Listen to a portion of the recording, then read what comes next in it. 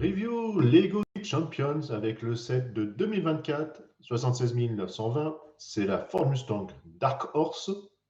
Je vous ai présenté précédemment la 76 919 qui était la McLaren F1. Vous l'avez ici justement. Comme je vous ai dit, ça fait partie des 4 sets de cette année. Alors, à l'annonce, je me suis dit cool. Quand je l'ai vue, un peu moins bien parce qu'effectivement, elle est très rectangulaire, très brique. Hein, ça, voilà, bon, c'est normal. Mais ouais, peut-être qu'elle manque d'un peu de finesse, de brut. Voilà, après, voilà, ça c'est sur les photos. On va voir en main ce que ça donne réellement. L'arrière, voilà. Au moins, il n'y aura pas trop de stickers. Ce coup-là, je vais être content. Même si, bon, voilà, c'est déjà pas mal. Après, forcément, voilà, comme à chaque fois, c'est des Speed Champions. Vu la taille, même si ça c'est, voilà, on est passé de 6 à 8 en largeur, il y a des concessions à faire. C'est tout à fait normal. Allez, j'attaque l'ouverture de la boîte.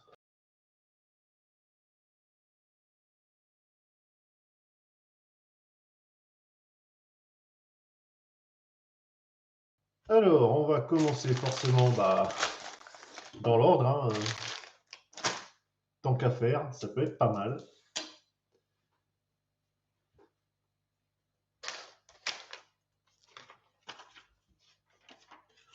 On a notre pilote.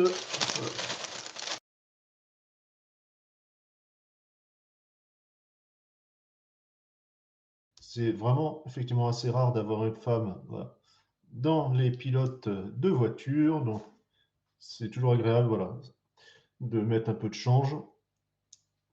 Alors, effectivement, soit avec le casque, visière transparente, hein, ou avec les cheveux.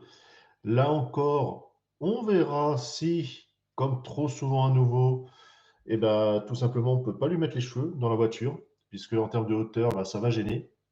Ça sera la surprise. Normalement, on a la seconde visière qui est là en remplacement. Bien sûr, la clé à molette, ça ne change pas.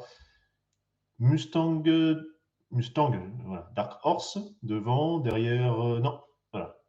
Juste le cheval, le canasson, enfin les lasagnes sur pattes.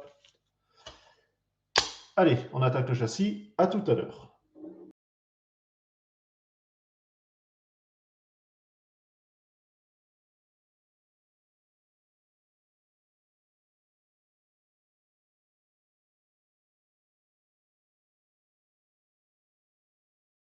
Et ouais, c'est sympa, franchement à monter. En plus, le bleu marine est vraiment joli.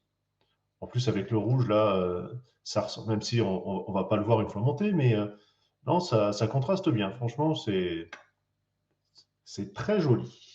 Donc, ça, ce sont les pièces qui nous restent. Ça n'a pas été avare.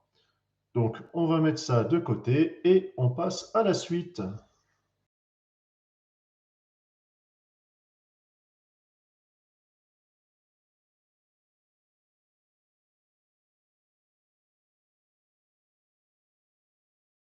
Alors voilà, hein, quand on monte pas le coffre à l'envers, hein, c'est quand même mieux, hein, forcément. Sympa, effectivement, l'idée, voilà, comme ça donne un petit côté effectivement incliné. Bien, bien, bien, bien. C'est avec les deux fois les mêmes plaques, voilà, pour faire une continuité ici dans l'angle au niveau des feux. Bon, forcément, c'est à la serpe, hein, mais c'est bien.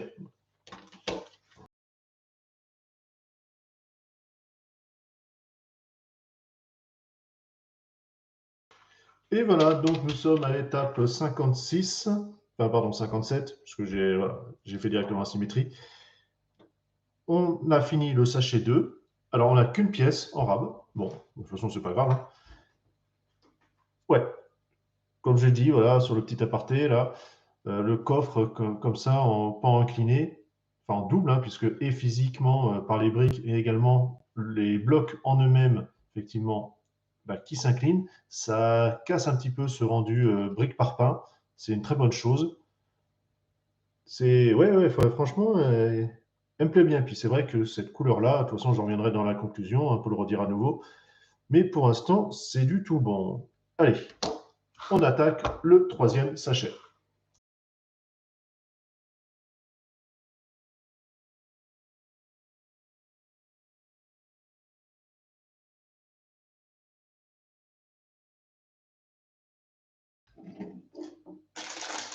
Le sachet numéro 4 pour la 88e étape.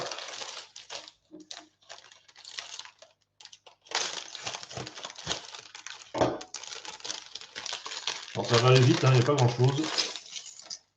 C'est vraiment pour dire, vous avez plein de sachets. Hein.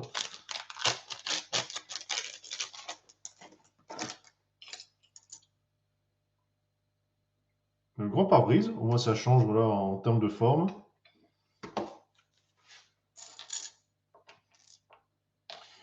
Alors, je vais sauter une étape, enfin sauter. Au moins comme ça aura le temps de sécher. Comme d'habitude, vous avez ici les disques de frein qui sont incorporés voilà, dans les roues. Je vais mettre un coup de gun d'arm marqueur chrome pour pouvoir les faire ressortir en fait. Donc comme ça, voilà, ça ressort. Ça sera quand même plus joli, même s'il y a les enjoliveurs qui vont un petit peu cacher. On n'a pas de traitement ou quoi que ce soit avant, pas de préparation de la pièce, on s'en fout. De toute façon, en plus, ça ne va pas être amené à être en contact avec quelque chose. C'est juste pour avoir un petit aspect esthétique et des petits détails supplémentaires. Et on est reparti avec l'étape 90.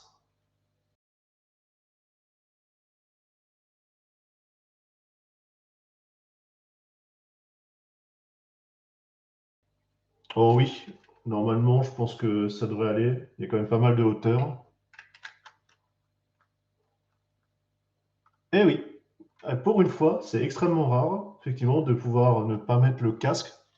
Donc voilà, en plus sur ce type de voiture, encore plus, ça aurait fait un peu bizarre. Hein, donc. Et on a fait donc eh bien 105, tout simplement, étape. Alors, elle est sympa à monter. Il y a des belles petites idées. La couleur est magnifique. Bon, après, c'est un petit peu dommage forcément que le rouge, voilà, on ne le voit pas. Ça aurait fait un petit contraste ci et là. Mais ouais, alors, il n'y a pas, voilà, comme je vous dis, de truc vraiment incroyable. Mais elle est vraiment très agréable à monter. Très jolie, effectivement. Elle fait moins parpaing, moins brique, effectivement, que sur les photos. Par contre, c'est vrai qu'elle garde quand même, comme je vous dis, hein, c'est du Speed Champion, on a vu la taille, il y a des concessions, c'est tout à fait normal et ils s'en sont sortis quand même assez bien, je trouve. J'ai l'impression quand même de voir la Skyline. C'est voilà, ça manque de rondeur et autres, même s'ils ont essayé effectivement, par exemple sur les portières, l'arrière avec les différents pans inclinés qu'ils ont en plus inclinés. Bon, il y a quand même du bon travail, hein, ça là-dessus. Vraiment les classes, vraiment très jolie. Je vous invite à la prendre hein, si vous aimez les Speed Champions. C'est ouais, un beau petit bébé. J'espère que voilà, cette revue, hein, même si c'est voilà, plus du montage qu'autre chose, hein, ça vous a plu, vous donnez envie de commencer, de continuer la gamme ou quoi que ce soit. Nous sur ce, on se dit à une prochaine. Allez, bye bye.